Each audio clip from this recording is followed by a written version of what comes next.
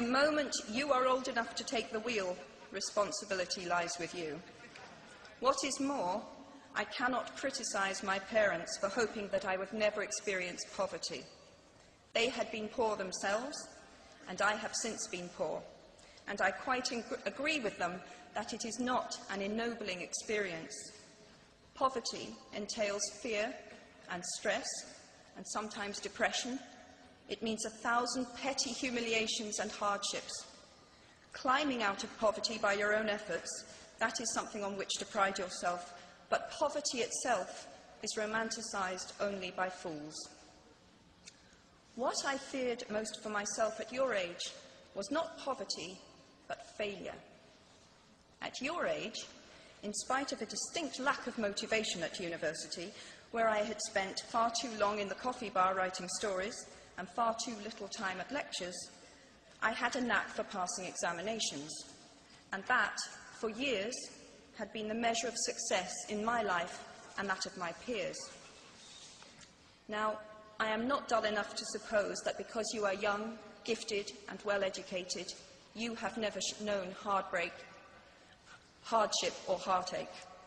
Talent and intelligence never yet inoculated anyone against the caprice of the fates, and I do not for a moment suppose that everyone here has enjoyed an existence of unruffled privilege and contentment. However, the fact that you are graduating from Harvard suggests that you are not very well acquainted with failure. You might be driven by a fear of failure quite as much as a desire for success. Indeed, your conception of failure might not be too far removed from the average person's idea of success. So high have you already flown. Ultimately, we all have to decide for ourselves what constitutes failure. But the world is quite eager to give you a set of criteria if you let it. So I think it fair to say that by any conventional measure, a mere 7 years after my graduation day, I had failed on an epic scale. An exceptionally short-lived marriage had imploded, and I was jobless, a lone parent, and as poor as it is possible to be in modern Britain without being homeless. The fears that my parents had had for me and that I had had for myself had both come to pass. And by every usual standard, I was the biggest failure I knew.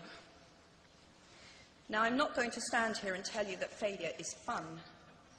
That period of my life was a dark one, and I had no idea that there was going to be what the press has since represented as a kind of fairy tale resolution. I had no idea then how far the tunnel extended, and for a long time, any light at the end of it was a hope rather than a reality. So why do I talk about the benefits of failure? Simply because failure meant a stripping away of the inessential. I stopped pretending to myself that I was anything other than what I was, and began to direct all my energy into finishing the only work that mattered to me. Had I really succeeded at anything else, I might never have found the determination to succeed in the one arena where I believed I truly belonged. I was set free because my greatest fear had been realized, and I was still alive, and I still had a daughter whom I adored, and I had an old typewriter and a big idea. And so rock bottom became the solid foundation on which I rebuilt my life. You might never fail on the scale I did, but some failure in life is inevitable. It is impossible to live without failing at something, unless you live so cautiously that you might as well not have lived at all, in which case you fail by default. Failure gave me an inner security that I had never attained by passing examinations. Failure taught me things about myself that I could have learned no